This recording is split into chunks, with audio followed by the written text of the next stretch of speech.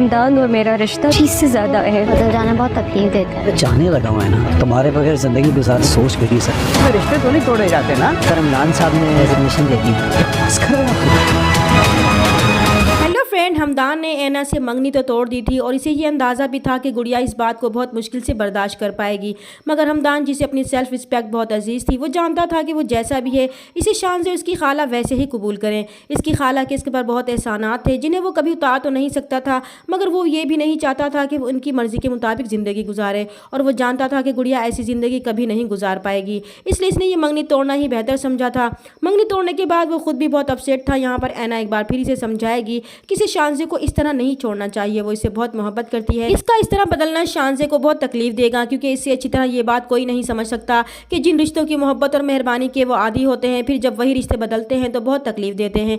मगर हमदान ने ये फैसला सोच समझ कर किया था और इससे वो मुतमईन भी था, क्योंकि वो किसी भी सूरत में ऐना को छोड़ना नहीं चाहता था। दूसरी तरफ शानज़े के वालिदैन हमदान की इस हरकत पर बहुत गुस्से में होंगे कि हमदान ने इनके एहसानात का बदला ये दिया था कि इनकी बेटी को ही ठुकरा दिया था, और अगर उन्होंने अपनी बेटी के लिए ये सब किया था तो इसे ये सब कबूल कर लेना चाहिए था। मगर शानज़े इन्हें समझाएगी कि इस दुनिया में सबसे ज़्यादा अहम इसके लिए हमदान और इसका रिश्ता है। ये सब चीज़ें इसके लिए अहमियत नहीं रखती, जिनकी वजह से हमदान बहुत हर्ट हुआ है। वो इन्हें समझाती भी रही, लेकिन उन्होंने इसकी कोई बात नहीं सुनी।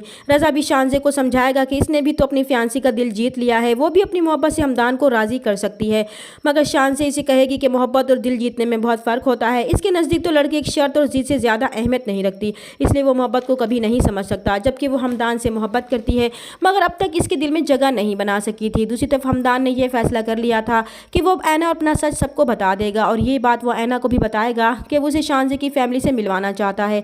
तो ऐना इसे रोकेगी कि इसे ऐसा नहीं करना चाहिए, क्योंकि वो अपनी वजह से शानज़े का दिल नहीं दुखा सकती। तो हमदान भी आज इससे अपनी मोहब्बत का इजहार कर ही देगा कि इसने फैसला कर लिया है कि वो उसके साथ ही ज़िंदगी गुजारना चाहता है, क्योंकि वो इससे मोहब्बत करने लगा है और उसके बगैर ज़िंदगी गुजारने का वो तसव्वुर भी नहीं कर सकता, और वो शानज़े को भी धोखे में नहीं रखना चाहता। इसलिए वो इसकी और अपनी सारी सच्चाई सारे घर वालों को बता देगा कि रज़ा की वजह से इसकी ज़िंदगी में जो तूफ़ान आया था, इसने इसे ऐना से शादी पर मजबूर किया था और एक बेसहारा लड़की को सहारा देकर रज़ा की गलतियों पर पर्दा डाला था। फिर हमदान ऑफिस में रिज़ाइन देगा तो शानज़े के बाप को यकीन नहीं आएगा कि हमदान ऐसा भी कर सकता है। वो अपनी बीवी से भी कहेंगे कि इख्तलाफात तो हर घर में होते हैं, मगर इसका ये मतलब तो नहीं होता कि रिश्ते ही तोड़ दिए जाएं, जबकि इन्हें खुद भी हमदान का रवैया समझ में नहीं आ रहा था। वो इन्हें क्या कहती, जब हमदान ऐना को लेकर अपनी खाला के घर जाएगा तो दरवाजे पर ही सबसे पहला सामना इनका शानज़े से हो जाएगा, और शानज़े हमदान के साथ ऐना को देखकर हैरान हो जाएगी।